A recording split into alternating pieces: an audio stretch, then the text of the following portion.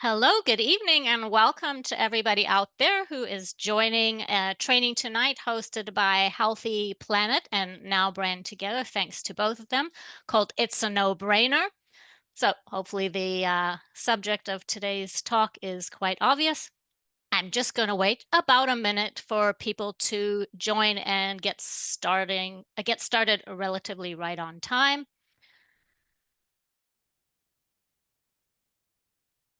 I'm just going to get my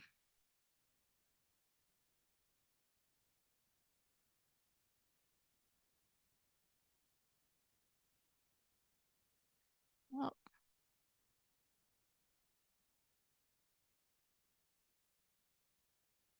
okay. I was trying to just find a little laser, but I can't find it tonight. That's fine. This pointer will do. Okay, great. So looks like we got a whole bunch of people that have joined and we're ready to start. So thank you everyone for joining tonight. Again, I'm going to be doing a webinar on It's a No-Brainer. And I'll introduce myself shortly, but first I wanted to go through a few housekeeping things and introduce someone else who you can't see, but she is there, and that is Sylvia, who is helping out tonight with the chat and some other things. So she will be posting some information for you in the chat that's going to be helpful to answer some common questions that you might have. But I guess one of the things that's most important just for everybody by way of the housekeeping is there's two areas where you can type into. One of those is just the chat. The chat is for everybody to chat with one another, share ideas, whatever it is you want to say there, you're free to chat. But then there's also a Q&A area, questions and answers, and that is where I would like you to place any questions you have for me. I'm going to get to those at the end. So I will not be going through the chat because it can be very difficult to find the questions among the chatting. So just try to remember that. Um, and yeah, I think that is it. I'm going to start with a sip of water. Always a healthy thing to do before you're talking. And there we go. So, just a quick introduction to myself. My name is Talia Charney, and I am the Nutrition and Health Education Manager for Now Foods Canada, who's co sponsoring tonight. I have 30 plus years in the health industry. I've studied a lot of different disciplines in alternative medicine, holistic nutritionist, and a wellness coach. I'm also an author, enjoy writing, an educator, and a speaker. And I always like to show my training values. This humility here is really important for tonight because the brain is not an easy topic and not well known. I do have to read this disclaimer. So this presentation is for general informational purposes only and does not constitute the practice of medicine or other healthcare professions. No doctor-patient relationship is formed. The use of information written or stated here or materials linked from here or say questions answered at the end, are at the user's own risk. The content of this presentation is not intended to be a substitute for professional medical advice, diagnosis, or treatment. So please, users should not disregard or delay in obtaining medical advice for any medical conditions that they may have and should seek the assistance of healthcare professionals who know you better than I do for any such conditions. And I just want to quickly introduce, I'd say, my extended family here. This is the Now family. So Now is 56 years old and family owned, going into, I think, 4 generations. There's a great book if you ever want to know the story. I guarantee you it is worth the read, and you can download it from nowfoods.ca actually for free if you'd like to read it. Our founder, Elwood Richard, was a scientist, and here he is. Over 70% of the Now Canada portfolio is produced and packaged in pure source manufacturing facilities, which are in Guelph, Ontario. And I'm just a couple of hours drive from there. And we perform 31,000 quality tests every month. All right, so let's start with general brain health. Now, there's so many things I could talk about when it comes to the brain, about attention, focus, mood, where there's anxiety or depression, memory, all of these things in a way engage the brain. I actually have done talks for Healthy Planet on attention and focus and on mood. So you can find those on their YouTube channel, where you will find this webinar as well after if you want to rewatch it. And Sylvia has um, cut and pasted in your chat the link to the YouTube channel. But if you ever forget, just simply go to YouTube and enter in Healthy Planet. So I'm going to be focusing more on these or anything that happened to have come up in the research of particular supplements I'm showing. Now, this is to just say, as I said, the brain is in many ways a mystery. People who have studied the brain for decades will say that and have a lot of humility around it when talking. So I do want to put that out there.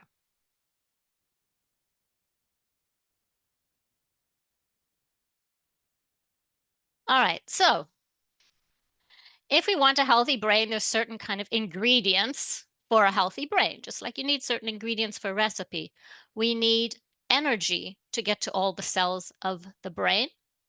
So we need to make energy. I'm going to be showing you some supplements that actually can help us produce more energy. We need oxygen to the brain, and there are many nutrients that the brain needs as well, a long list. The brain also needs to be stimulated to be healthy, meaning engaged, as you probably are all tonight. And circulation is so important. And that circulation is going to bring the oxygen, bring the nutrients. So that's why I sort of highlighted it here, blood flow. And one thing I think of is cardiovascular disease. So if with cardiovascular disease, the vessels become damaged and thinner and less nutrients get to many parts of the body, including the brain. And so there's so many things I could talk about tonight, but I can only focus on a few that just, engage some of these important aspects of these ingredients. One of the important things as we age for the brain is the fact, or one of the amazing things, is that we have neuroplasticity of the brain. If you want to think of a simple way to think of neuroplasticity, it's the use it or lose it. When we are very young, the brain can, if you have neurons that die or damaged, it can just replenish them and create new neurons. But as adults, for the most part, we cannot do that. So what we can do instead is create backup pathways or redundant pathways between the existing neurons. The neurons are cells in our brain that communicate with one another, and they communicate. They have you can see here these just little, I'm not going to get into technical jargon, but these little connections here. They're not exactly connected, but the more of these you have, the stronger you can have connections. And what the brain tries to do is to create more connections than we need, so that if things go wrong, which they will, we all sort of slowly deteriorate, or you can have more of a sudden issue, such as a trauma or a disease of the brain. If we have a lot of redundant pathways, we should be better off. So we need stimulation, engaging the brain. We need the right chemistry for the brain, all these kinds of chemicals in the brain. We hopefully, if we have the right chemistry and we stimulate the brain, we're going to get a growth of these little connectors here called dendrites. We're going to have more connections, and those connections are going to increase the strength and the frequency of those connections. It's kind of like if I speak maybe louder or more clearly, you get a better communication. So we want to enhance and maximize the neuroplasticity. What we want to do, in a sense, which I've already said, is to build up reserves, kind of like during COVID, people put stored food in their kitchen as a just in case we run out. So build cognitive reserve.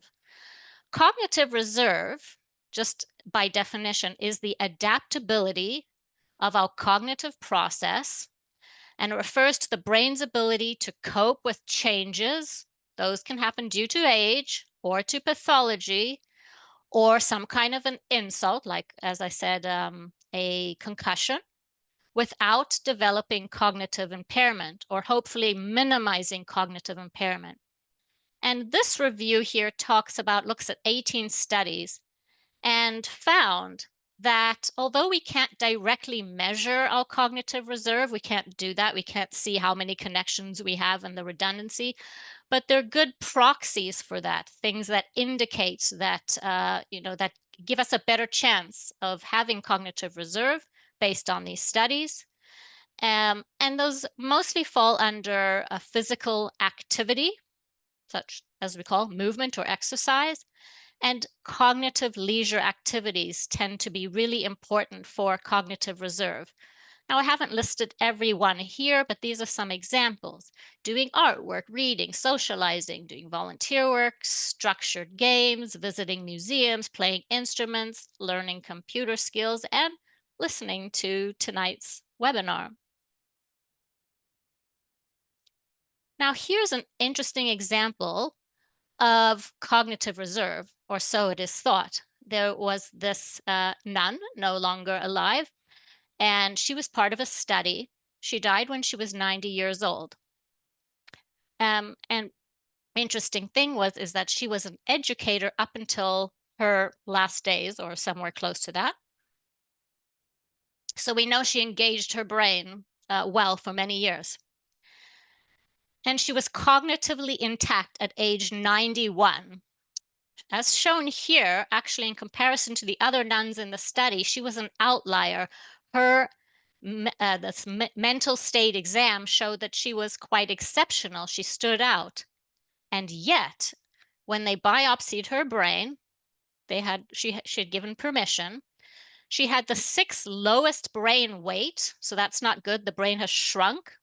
And the 2nd highest levels of these diffuse plaques in the brain, which is, again, not a good sign. Despite the fact that her brain looked like she should be very compromised, she wasn't.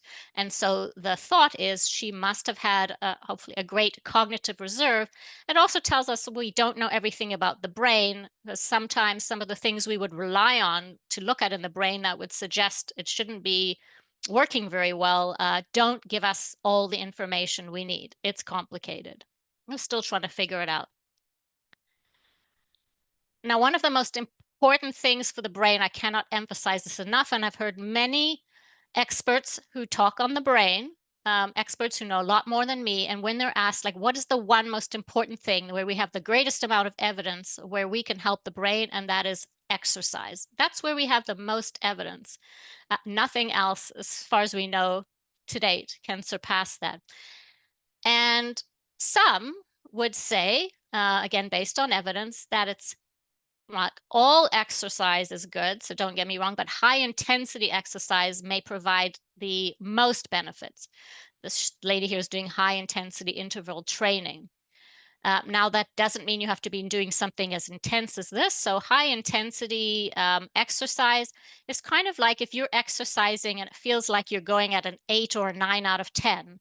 And that's going to depend on you. It's very individual. So for this lady, it might be something like this. And for someone else, it may be a very brisk walk. It's going to depend on where you are. And one of the interesting benefits when we do high intensity exercises, we build up lactate or lactic acid, as you may know. Most people associate that with the burning in the muscles. It's not exactly correct, but that's not important. But when you get that build up and burning in the muscles that you get from lactate, one is that it is a preferred brain fuel. The brain does typically use glucose, but lactate can be a preferred brain fuel. If your brain is using lactate, which it likes to, it's going to be able to use your glucose, our glucose sugar in our blood. It's going to be able to use it instead. It's spared for other things, such as making glutathione. And glutathione is often referred to as one of the most powerful antioxidants in our body. And antioxidants protect our cells from damage. And lactate also increases something called brain-derived neurotrophic factor, which has been referred to by Dr. Rhonda Patrick here as the youth elixir of the brain. What does this BDNF do? It fosters growth and survival function and neuroplasticity of our neurons in the brain, and it's associated with improved cognition, memory, and protection against neurodegenerative diseases.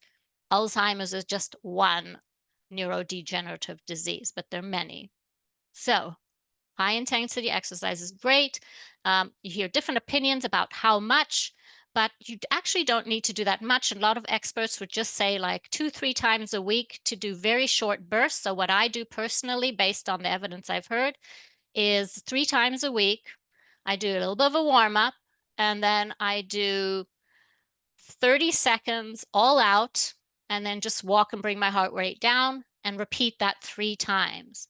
And I'm working up to about 2 minutes, but you don't have to do a lot. So especially if if time is an issue, this is a great way to exercise. In terms of what do we want to feed our brain, now there are obviously a good healthy diet goes without saying, but there's certain foods, mostly I would say plant-based foods. If you eat a high variety of plant-based foods, you are getting a variety of something called polyphenols. Polyphenols are what give your foods those different bright colors in fruits and vegetables. Chocolate, blueberries, and olives for olive oil are all high in polyphenols. And what they are thought to do is to enhance our blood flow to the brain, right? That's the way we get the nutrients there.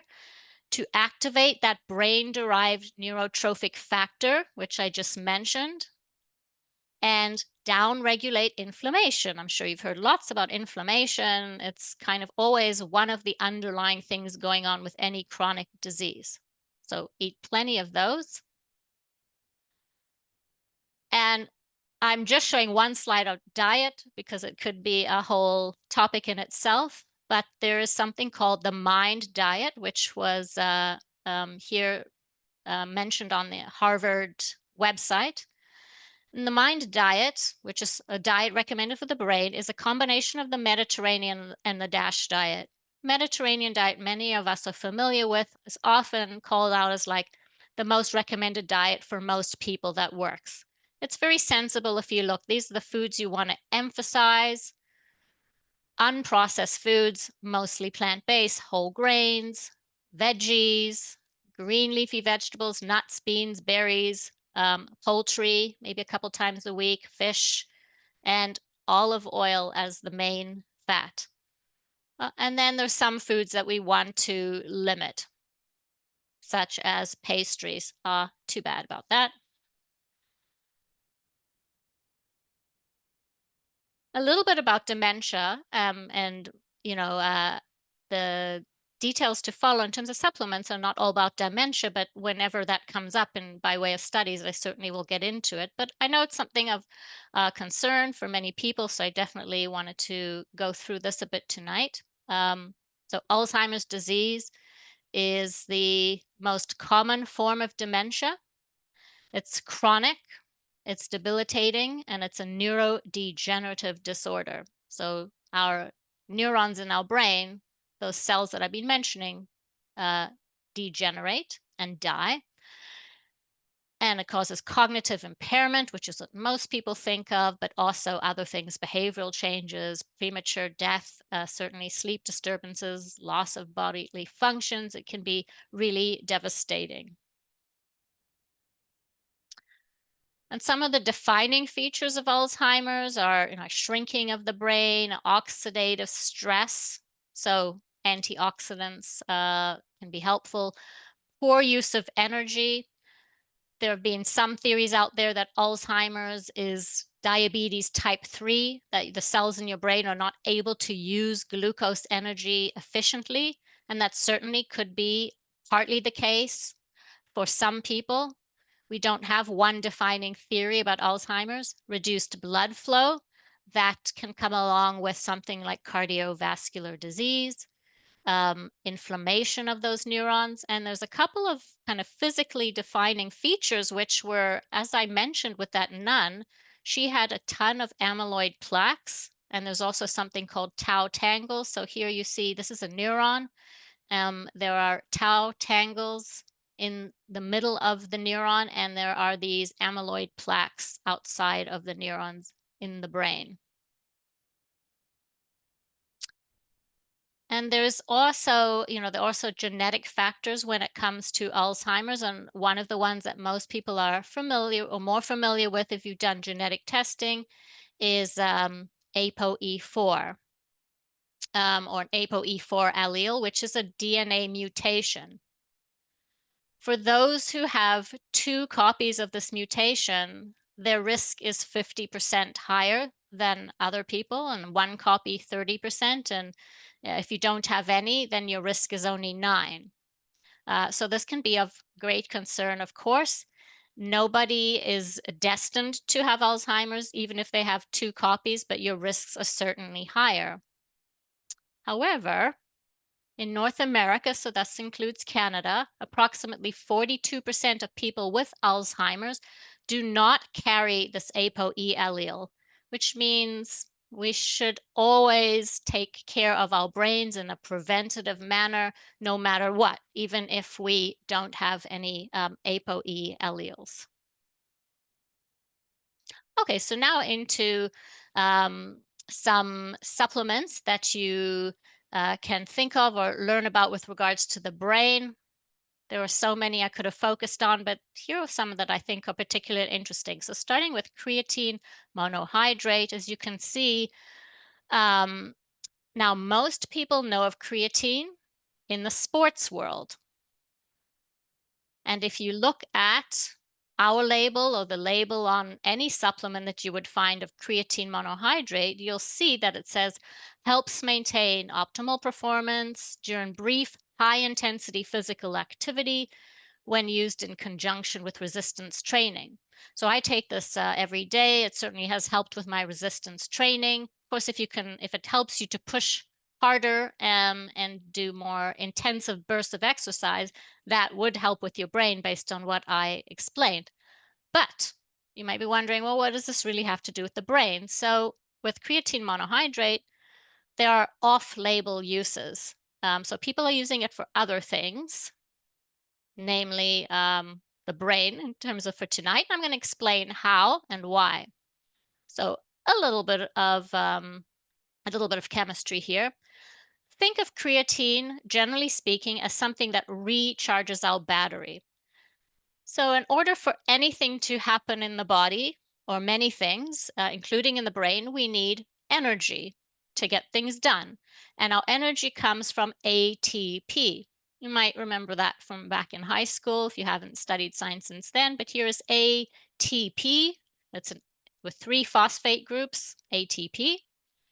And when you say use energy, let's say you do a quick sprint, that energy gets used up. And what happens is one of these phosphate groups leaves and the energy is released. And now you're missing one. So this substance here can no longer be used for energy. It has to be recharged back to ATP. And so it needs another phosphate group to recharge it. And what creatine monohydrate does is it stores, it kind of has like a backup, like a battery. Its battery is a backup of energy ready to be used. And it can supply that and allow you to increase your ATP. So what it does is it has this backup store, and if you have a sudden burst of energy and your body can't keep up, it doesn't have enough ATP, it's going to supply that. And that's sort of how creatine monohydrate works, generally speaking, to provide energy. So when do we need energy in the body? Certainly when we're doing a burst of exercise, or you're doing weights and you're doing those last few pushes where you can feel that burning, that lactic acid, very helpful for that. But the brain also needs energy. Even though it's only about 2 to 3% of our body mass, a whopping approximately 25% or 20 to 25% of the body's total energy goes to the brain. So you can see here how that we might think, maybe it can be helpful for the brain.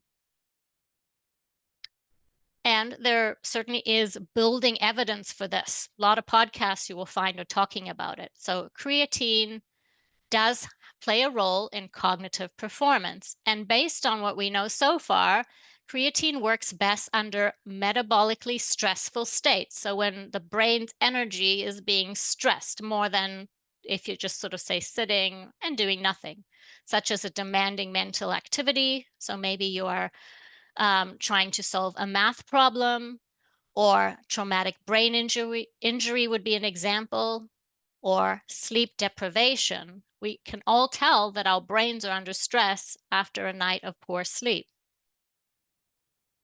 And we have a very elegant study here on sleep. Now, this was done on healthy adults. They took us just a single dose of creatine, and then they were deprived for 21 hours of sleep.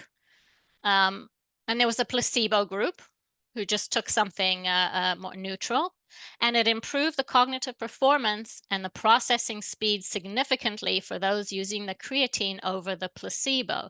So that's something I do is I'll take creatine if I'm going to have, I think I'm going to have a bad night's sleep, or have to get up very early to go to the airport, travel, and then do a training. Now, the dose that they used in the study is a high dose. It's above what it says on our label. For me, because it was by weight, for me, someone my size, and I'm quite small, 5'2", it would be about 40 grams, which would be 4 teaspoons. Most experts, when they talk about creatine, they say you need higher amounts to affect the brain than you would need for your muscles, because what happens is you need to saturate your muscles with creatine before it will then be used for the brain. What this study showed here, and you can watch the whole video on Physionic YouTube channel. And they showed just for ordinary use, in this case, there was no sleep deprivation and such. There didn't seem to be an effect of creatine on just healthy younger adults, but they did notice an improvement with creatine in the older adults group. So the assumption here would be that the older adults' brains were just under stress by virtue of the fact that they were older and the brain needed more help. That's just part of the aging. So that's just another some other good information as to who creatine may be helpful for maybe older adults or younger adults that are under significant stress, such as sleep deprivation. So that is creatine. And now I'm going to talk about something that has some overlap with creatine in the sense that it is related to energy, but completely different, and it's called acetyl L-carnitine. You can see that here.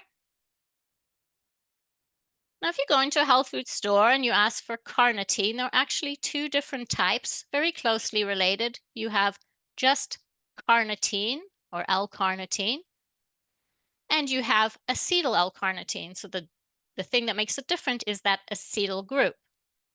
And you'll see that they have different claims on them. Just for L-carnitine, it helps in recovery from exercise and helps to reduce muscle soreness after physical exertion. So kind of like creatine I just talked about, helpful for sports or exercise, that sort of thing. But when you add the acetyl group, the claim is help support a healthy brain and cognitive function. So we're going to figure out, well, what's the difference between these two? What makes this one so special? So just carnitine in general, I'm going to tell you how it helps with energy production. And it's something in our cells called the carnitine shuttle.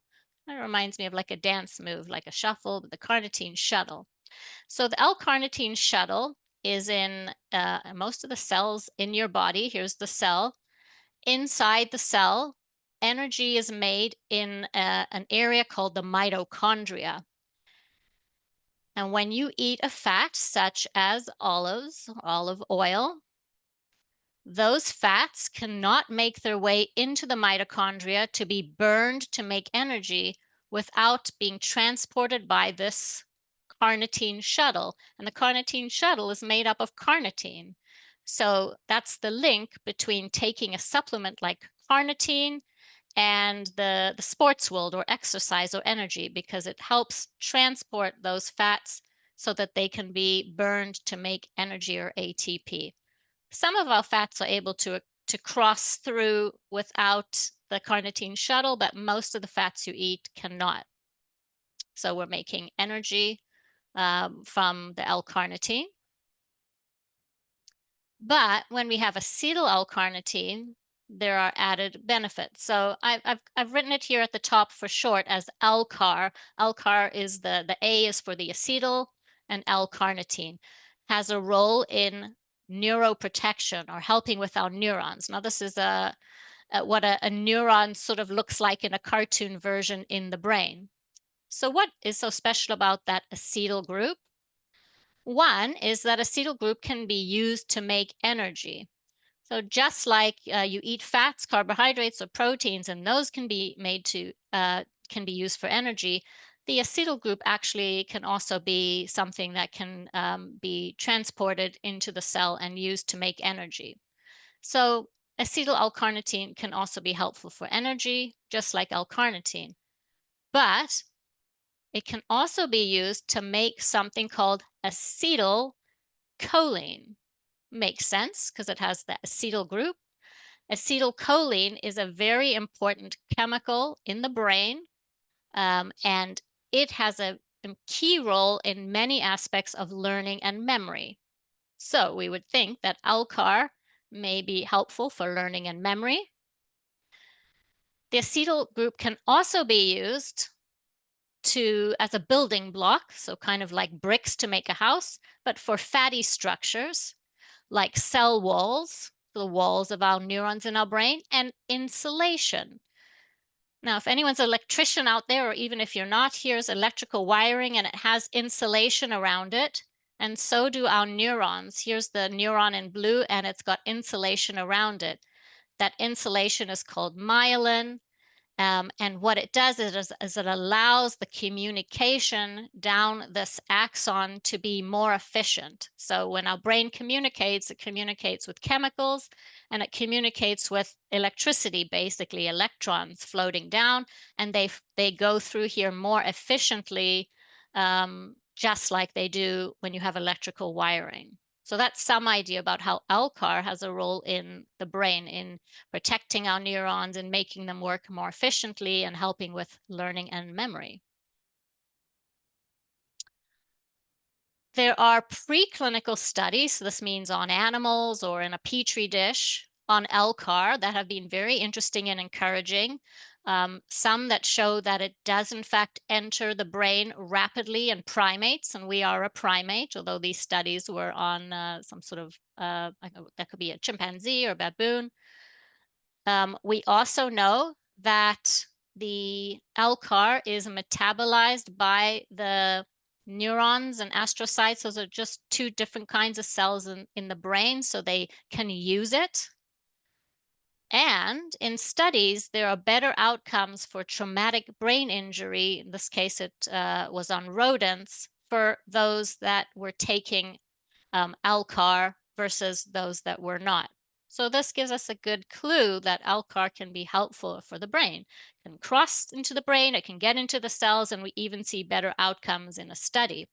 And we know that humans with carnitine deficiencies can suffer from convulsions, lethargy, autism, microcephaly, which is kind of a small brain, speech delays, etc. Now, carnitine deficiencies are not necessarily common, like severe deficiencies in this case, but these are related to particular genetic disorders that people have. So nothing anyone here needs to worry about unless you know that you have one.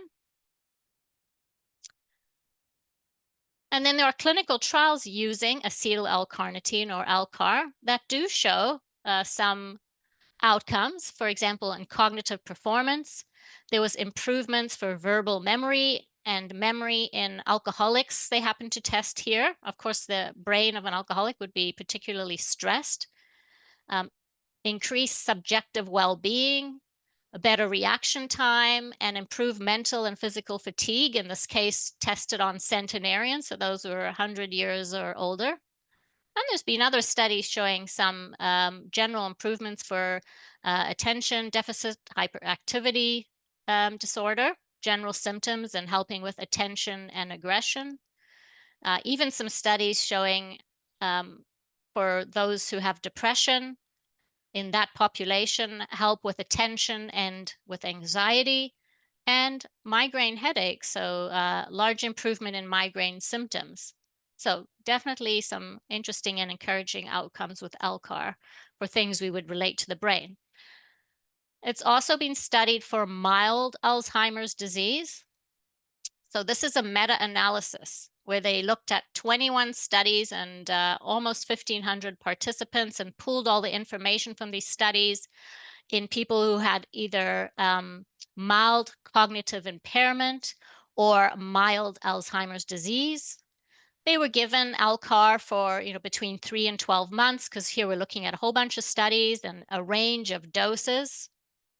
And what they noticed, sort of pulling all the information together, is that it was better than placebo when it came to supporting the brain, especially when it came to memory and intellectual functions.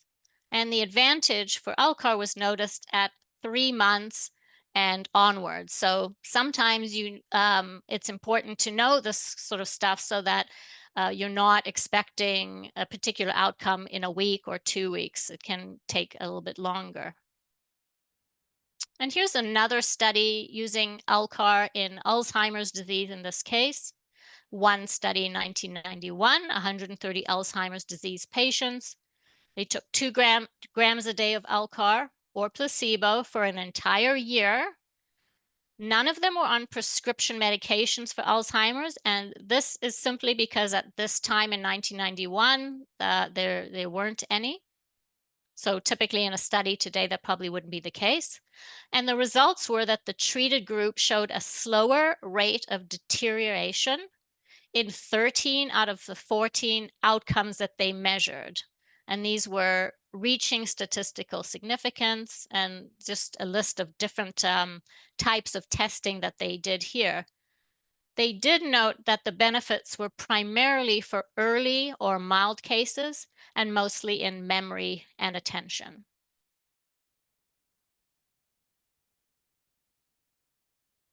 All right, so I've covered creatine and acetyl L-carnitine, both helping with energy, but in different ways, and interesting outcomes for the brain. Now we have Curcubrain. You can see here Curcubrain, which is just basically a trademark name. And the trademark ingredient in here is called Longvida. And the claim on this particular product is helps to temporarily improve some aspects of cognitive function in healthy aging populations. So what is Curcubrain? Well, Curcubrain is basically a form of curcumin. Curcumin is what gives turmeric, which is this root here. It's a beautiful sort of almost like a carrot colored orange hue. It is eaten all around the world, but in Asian countries, they typically do ingest a lot of turmeric in their diet. We noticed over, I guess, many years that there seem to be benefits, and so we've been trying to extract the curcumin or curcuminoids out of that turmeric. And the diet, depending on where you are, can contain up to 1 gram of turmeric that these people would eat, and up to 200 milligrams of curcumin. So, but because not everybody eats that kind of diet, we have, of course, come up with supplements.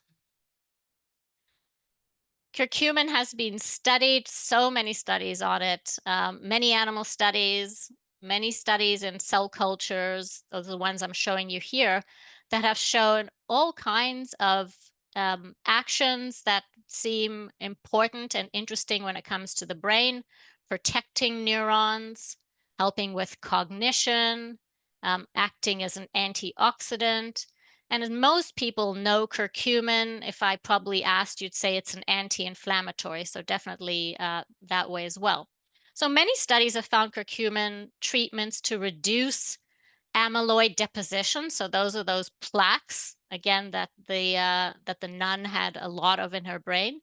Um, so to reduce amyloid deposition and to improve cognitive performance in Alzheimer's disease animal models. Easier ways to test things on animals than in humans, because also they have a shorter, rodents have a very short lifespan, so it's easier to expose them for most of their life to the curcumin and see the outcome. It's more difficult to do that in people, where the studies are of a lot shorter duration, and that's certainly one of the challenges. But one of the issues with curcumin is the absorption. It is very poorly absorbed. So the question is, when it comes to a supplement, can we absorb it? Now, in the Asian diet, they eat curcumin always with typically, like if you think of for example, an average Indian meal, it's going to be mixed with some kinds of fats. And that's because it's better absorbed with fats. So with a glass of water, very poorly absorbed. So curcumin in general, if we just take curcumin out of the turmeric and we swallow it, the absorption as shown here is very low, a little bit, but very poor. So there have been different technologies and efforts to overcome that, all different ways, and that can be sort of complicated. For curcubrain here, you can see with a single dose that it performed significantly better than just ordinary curcumin. 65 times more bioavailable. So that means you're going to get 65 times better bioavailability when you take it and getting into the bloodstream, which is the first step. You need to get it into your bloodstream if you're going to get it into your brain. So yes, this is very well absorbed. But the second challenge is, can it reach the brain? Now, this quote here, I'm going to put this into very simple terms of what Dr. Greg Cole, professor here of medicine and neurology at UCLA, says about curcumin, and in terms of the question, does it cross the blood-brain barrier? Well, he says there is no evidence that it crosses the blood-brain barrier when it's in this form. This is our curcumin. Curcumin can be bound up, like chained down, and it doesn't cross the blood-brain barrier, or it can be in its free form. And the free form, as far as we know to date, is the only form that can easily cross the blood-brain barrier. So that is what we want.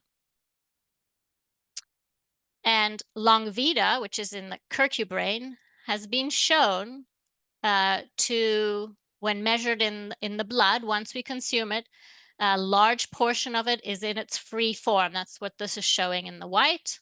This is the bound up form. So companies will often say things like, just give you the bioavailability. So for this example, here's a trademark version. It's very bioavailable. A lot of it is in the blood, but only a very tiny portion of it is in its free form. So that is really important. And that's why, Longvida has been especially promoted for brain health. And that's why we're able to have that sort of claim from Health Canada with regards to the brain.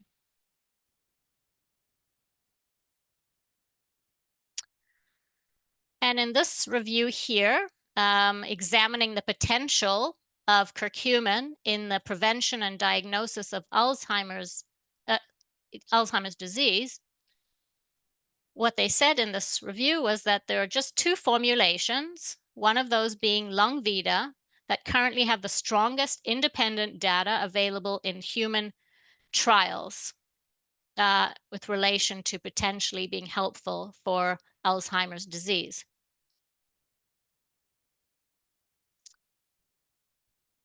And here we have Dr. Robert Dil Silvestro. He's a professor at Ohio State University, and he was involved in a study called the effects of long vida optimized curcumin in healthy human volunteers.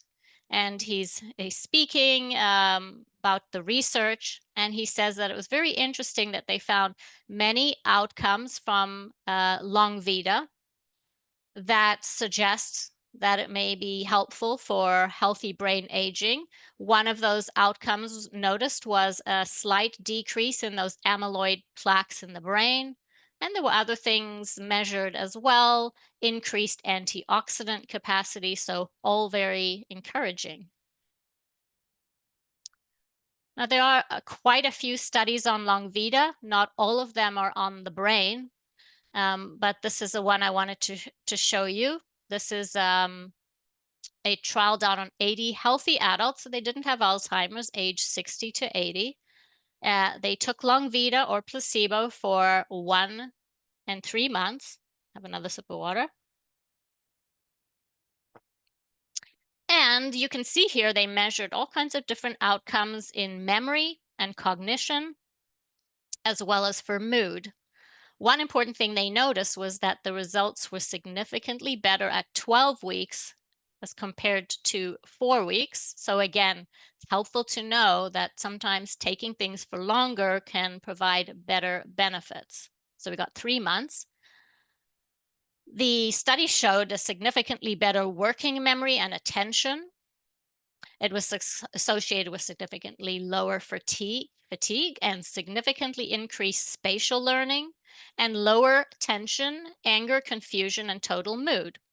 Actually, in my training that I did on depression for Healthy Planet, which you can find on the YouTube channel, I talked about the role of curcumin for mood, which is not the focus tonight, but I wanted to point that out as well.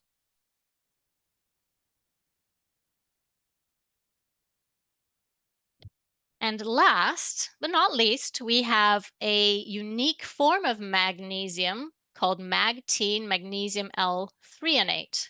There's all kinds of different forms of magnesium where it's bound to something different. We never just find magnesium all on its own. It's always attached to something. We got magnesium citrate, magnesium oxide, all kinds of forms out there. But this is a special one, magnesium L-threonate. Now, generally speaking, magnesium in the brain probably has many more roles than I'm just showing here, but some of the key ones that may support learning and memory are the ones I list here. We know that magnesium is important for communication in the brain, for the nerves to transmit that information, as I said, like the electricity that goes down the brain. It has a role in protection against toxicity against the neurons or the cells in the brain, key cells. And it's also important as a transporter. It shuttles vital electrolytes and minerals in the brain, which are all important for the normal firing of the brain, which is, again, that's the communication going on the brain. So we know that magnesium is important in the brain as it is in the entire body. Magtene had some interesting studies. This one here is in a cell culture. It was compared, here's magnesium L-threonate. You can see it's higher than the rest. Tested against other good forms of magnesium, but it did stand out in the sense that it was significantly more bioavailable to the neurons in the brain and shown to cross the blood-brain barrier. So most people know of magtene as the magnesium that goes to the brain, if you want to just remember it like that.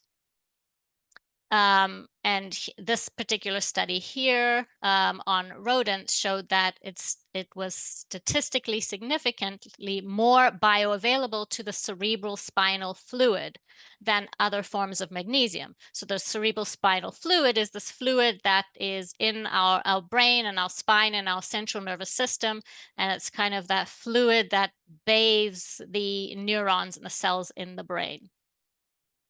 But how does it pan out in actual human studies? We want to know, of course. So here is a clinical trial using magtene. It was a combination product, but Mostly it was Magtein with little bits of other supportive ingredients that you can see. This was done on 109 healthy Chinese adults that used this Magtein complex for just a month, and they showed statistically significant improvements over the controls that took the placebo in the following categories of clinical memory tests. So they were better in executive function, working memory. So working memory is sort of like when you're temporarily trying to hold things in your mind, such as doing a long division in your head or trying to remember a phone number before you grab paper and pen. Episodic memory, that's memory where you remember episodes in the past, like where you went to school or on a vacation. And attention. And here's another study on Magtein for sleep quality and mood. This was done on 80 adults aged 35 to 55 with a self-assessed sleep problem. So they all said they had sleep issues. They took 1 gram a day of Magtein or placebo. And the Magtein group improved sleep quality, especially deep sleep and REM sleep. So REM sleep is your dream sleep, sometimes referred to as improve mood, energy, and alertness, and daily activity. And other than asking them to report back, they also used an objective measure, which was the Aura ring here. I don't have one. I've sort of been thinking of it or eyeing them for years, but it's a little ring that you can just, an expensive ring, I would say, that you can wear on your finger, and it monitors all kinds of things, including sleep quality. So I just want to recap because that was a lot of information. The 4 different supplements that I talked about tonight. So we had our creatine monohydrate. And first, just this disclaimer on the bottle on the bottom here. So these above descriptions are not health claims, but they're just a summary of evidence presented today for informational purposes only. But again, for uses, doses, and risk information, please visit nowfoods.ca. But creatine monohydrate supports mental fatigue in the face of stress, like sleep deprivation, which is the study I showed you, but potentially brain injury or demanding mental task, with doses above muscle saturation. So we don't yet know the perfect dose, but it's probably 10 milligrams or more. Then we did acetyl L-carnitine, and this may support cognitive performance, especially when the brain's under stress, such as someone who's an alcoholic or a centenarian person. It improved verbal memory, reaction time, memory generally, and fatigue symptoms. And I mentioned some other studies on ADHD, depression, anxiety, and migraine headaches. Then we looked at curcubrain, which is a form of curcumin with our trademark ingredient Longvita, and this was shown to assist with working memory and attention, mental alertness, mental energy, alertness, calmness, and contentness in healthy adult populations that were studied. And Magtein L-threonate, which may support sleep quality in those with proclaimed issues, may help improve mood, energy, alertness, and daily productivity, and may help executive function, working memory, episodic memory, and attention. And all of this was in healthy individuals without an established magnesium deficiencies. So that wasn't tested in the study, they just took healthy individuals. So hopefully that helps you sort of consolidate all that information. And just for anyone who joined late, I did want to show my disclaimer one more time. So everything I presented here is for general informational purposes only. I won't read through it all, but just know that users should not disregard or delay in obtaining medical advice.